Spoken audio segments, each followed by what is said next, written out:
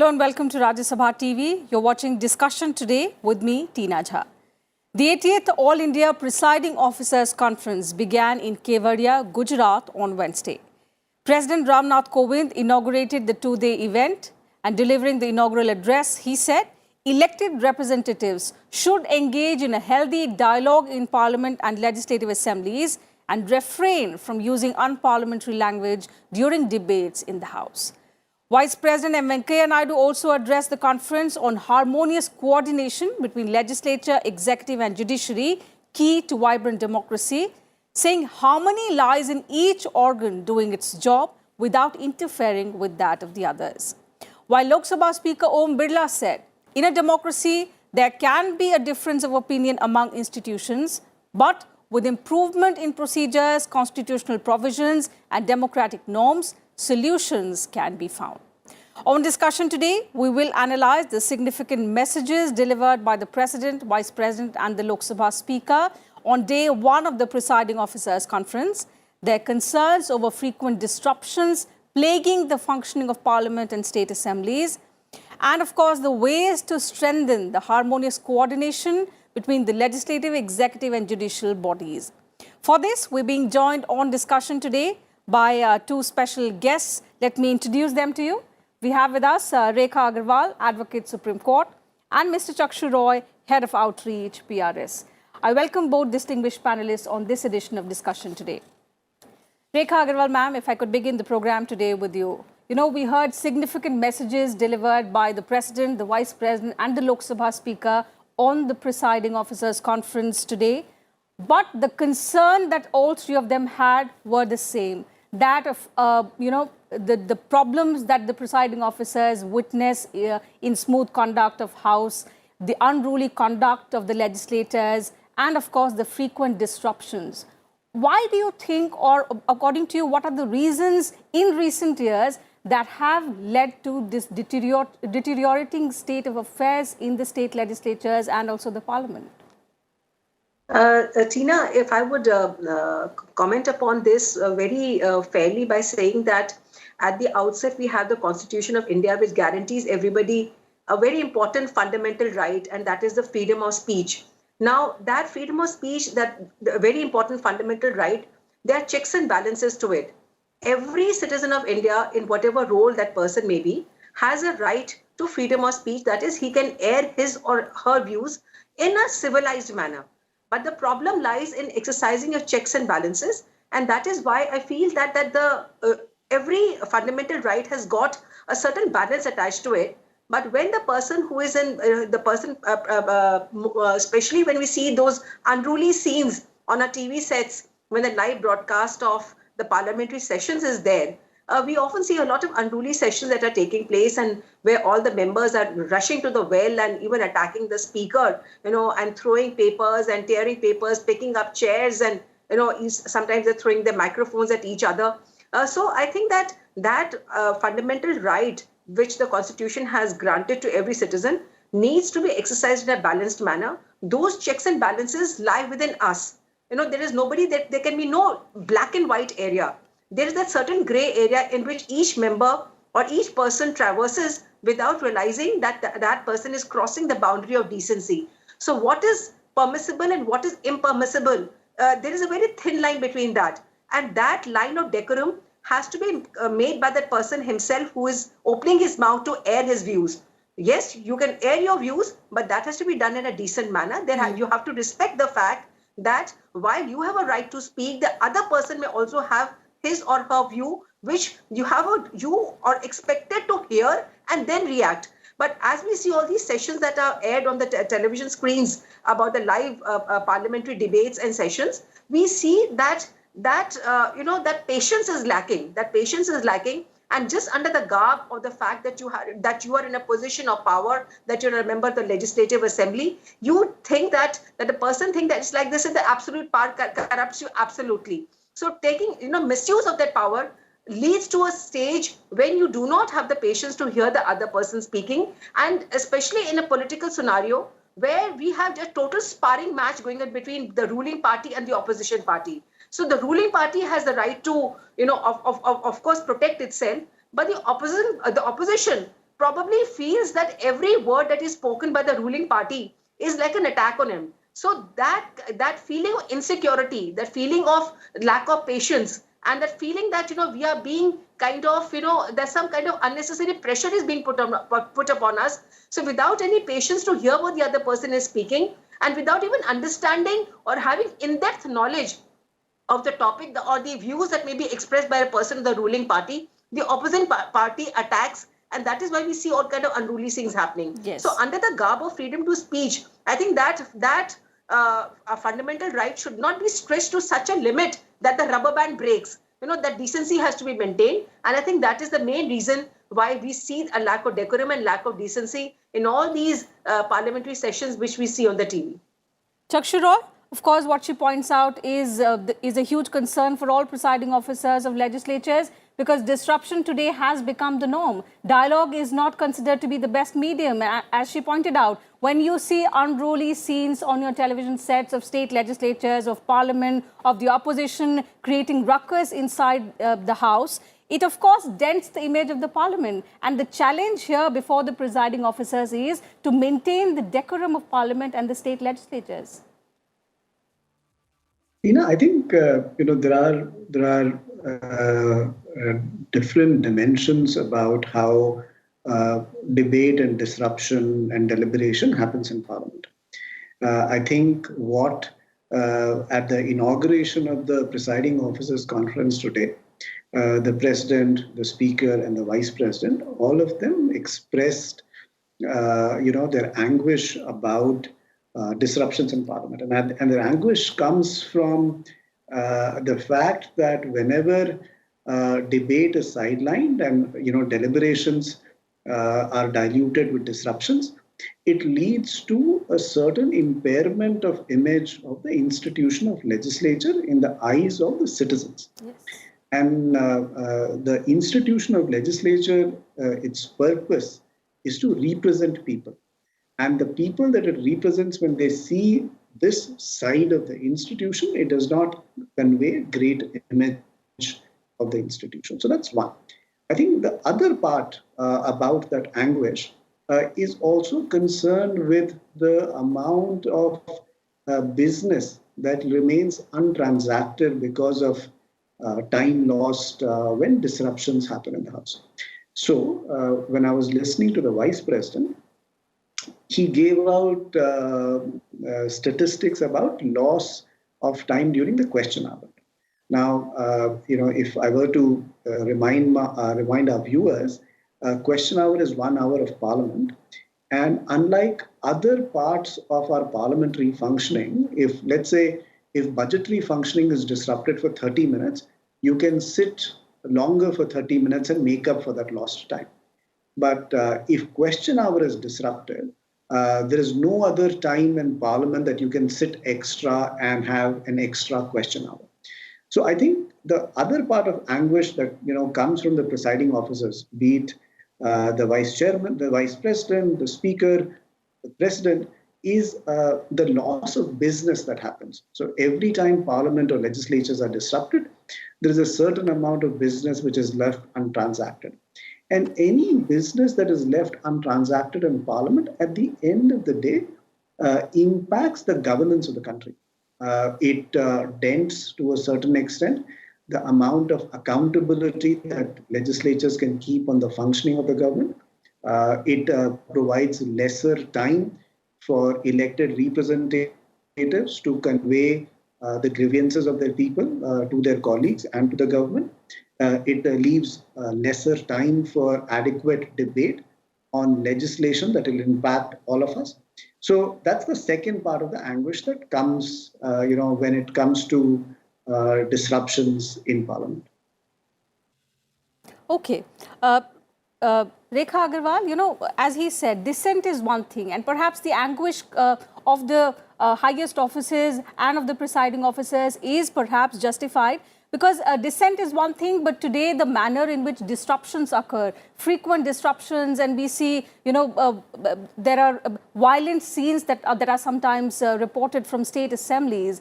In such a scenario, what powers do the presiding officers currently have? And is there a need to relook or give them more powers to deter such scenes in future?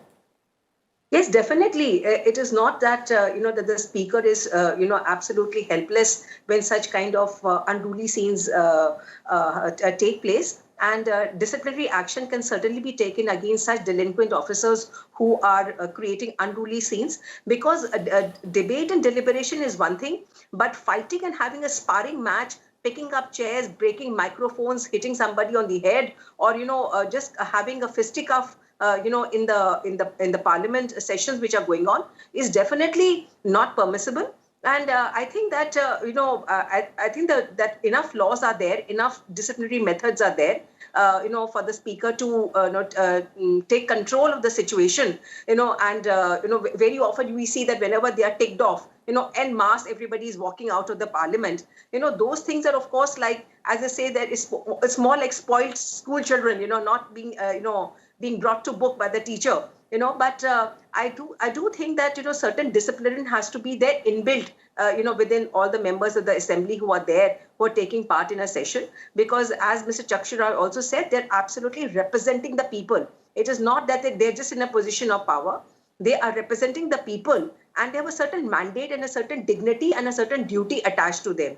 But irrespective of that, absolutely oblivious of that, the biggest problem comes from the opposition, which I said earlier, that is totally lacking in patience, lacking in any objectivity to any question or any deliberation which is taking place. And I think that the primary role of the opposition is only to oppose. So the opposition, without even ever coming on the same table about any important deliberation which takes place, just takes it upon itself that to have a slanging match going on, and that spoils the decorum. And I think that certain methods with certain more stricter actions could be taken against such people who spoil the discipline and create a wrong image about our parliament to the world at large. I mean, these TV channels are being seen the entire world over. And we certainly do not project a very good picture. Certain stronger disciplinary methods can be taken against them. They can be told to walk out of the parliament. And certain fine can also be imposed upon them. I think a certain financial penalty, if that is imposed upon them, or if they depart from further sessions, that could itself be a very important check and balances method that can be imposed.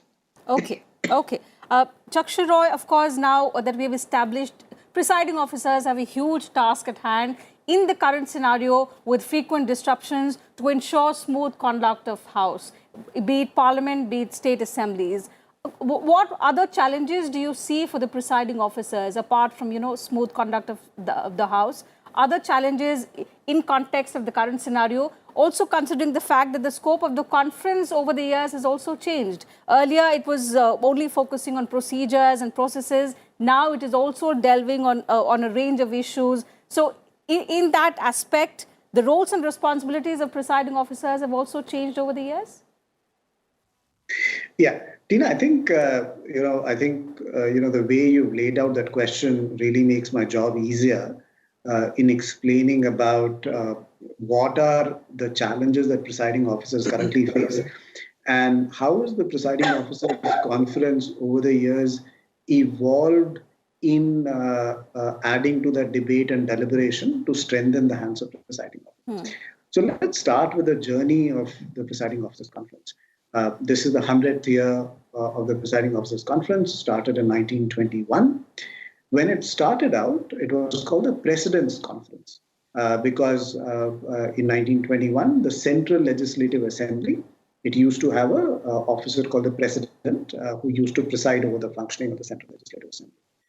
Now, this Central Legislative Assembly was the presiding officer was not an elected. He was nominated by the Viceroy.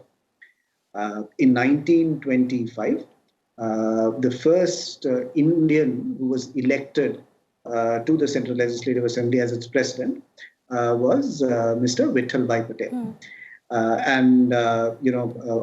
You and I both heard the president talk about the symbolism about where the conference is being held this year.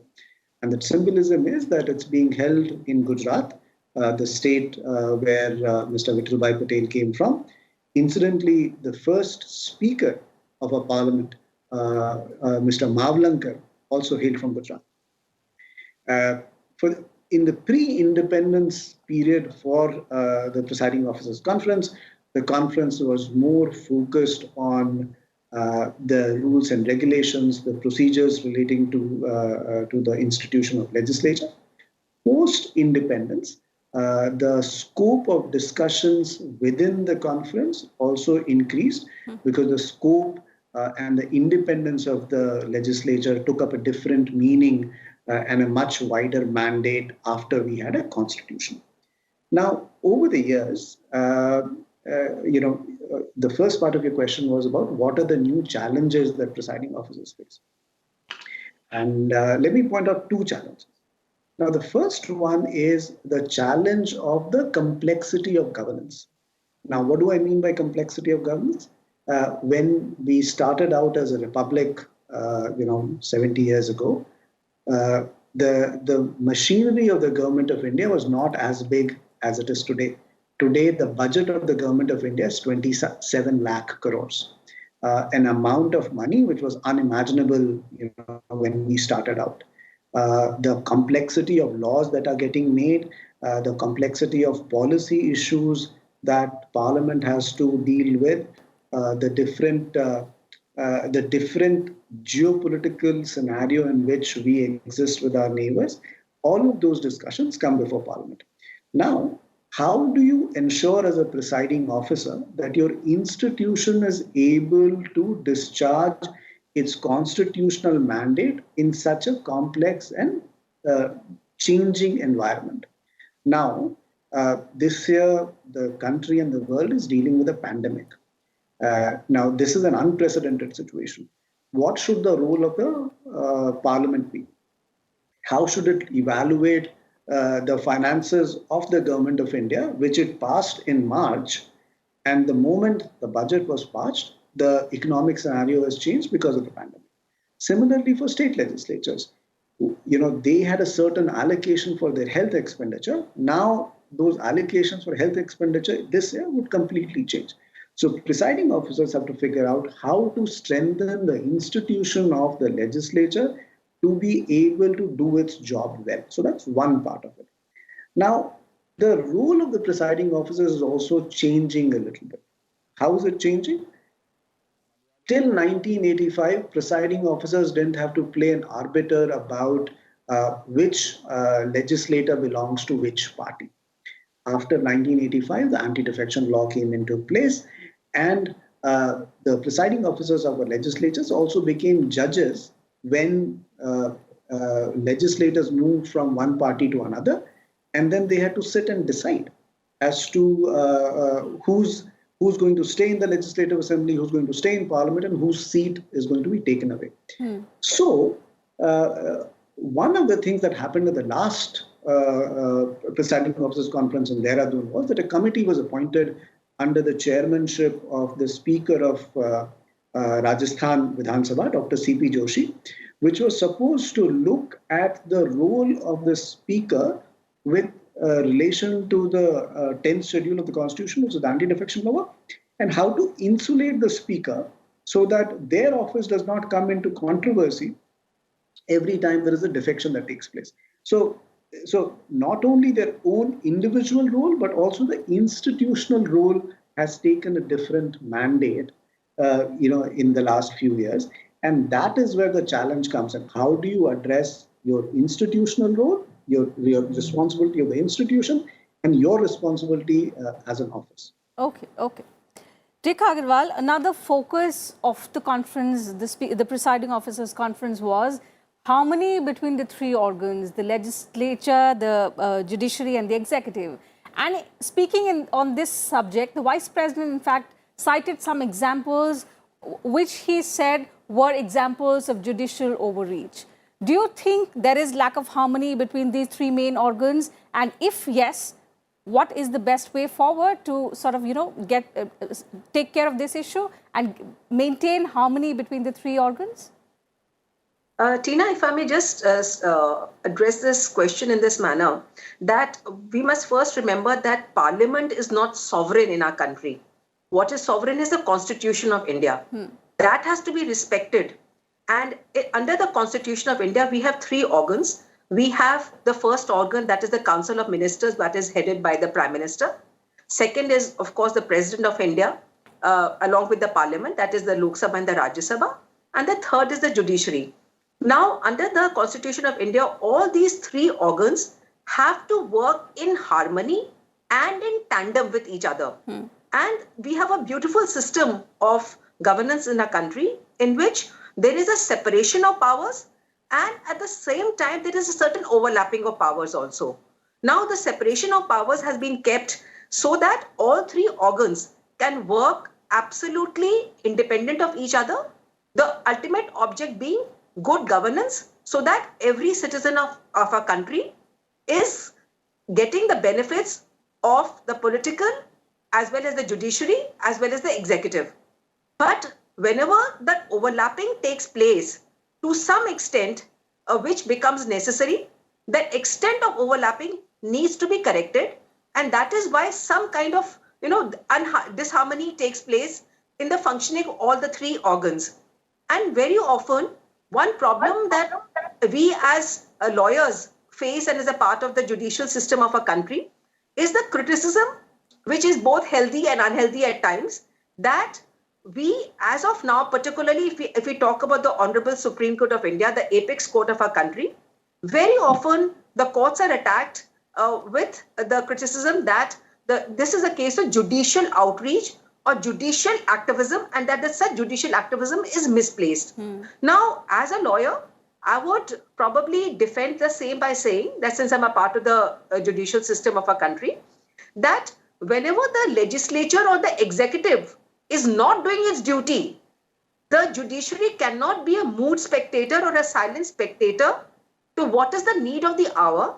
And that is why the Supreme Court has no choice but, for the benefit of the citizens of the country, to suo motu take cognizance of something which ought to have been addressed by the legislature or by the executive, but which has not been done. What about the problem areas, ma'am, such as the NJAC, which the Vice President also pointed out? This is one area, in fact, I should say, the bone of contention between two important organs of our country. Yes. How can this be addressed? There is lack of harmony, clearly, and this is something which obviously is, we can't term as judicial activism. The Vice President used the term judicial overreach. What is the best way to, resolve this?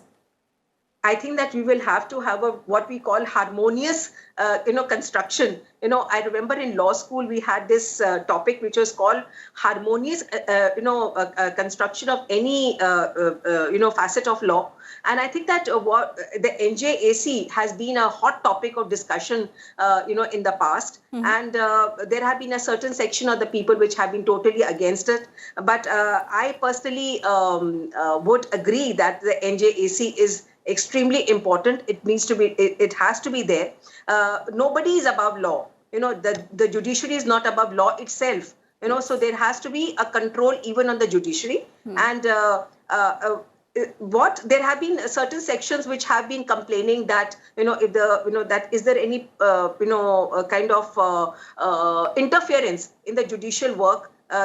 Should the appointment of judges be totally left to the judges? Should there be this process of recommendation which exists, the collegium method which exists? Should that exist or not? So I personally feel that giving complete power to any one organ, whether it is the Council of Ministers headed by the Prime Minister, or whether it is the executive, or whether it is the judiciary, a complete power should not be given to any organ of the system, and there have to be checks and balances, and an harmonious way of letting all survive can be arrived at if we have the correct interpretation and if we do not feel threatened. I think that even the judiciary should not feel threatened that if there has to be a method of recommendation of judges, which has been a hot topic and which has been greatly deliberated upon in the past. Indeed. I do not think that this is an issue which cannot be sorted out with amicable discussion.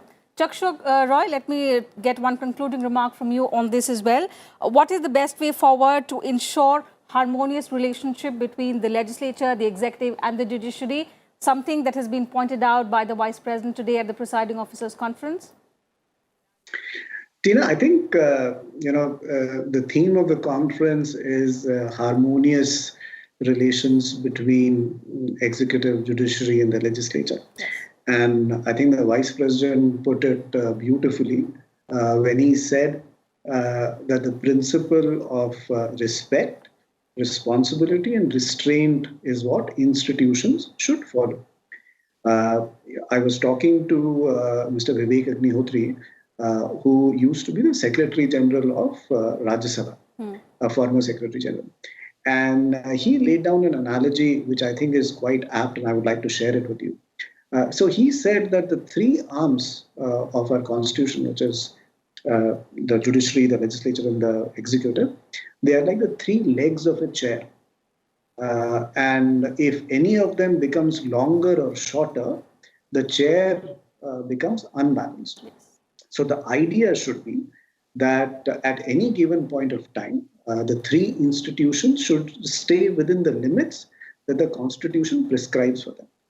I think, you mentioned that, and you rightly mentioned that the term that the Vice President used was judicial overreach. And I think some of the instances that he cited were instances around where the apex court went ahead and infringed on the responsibilities of the legislature.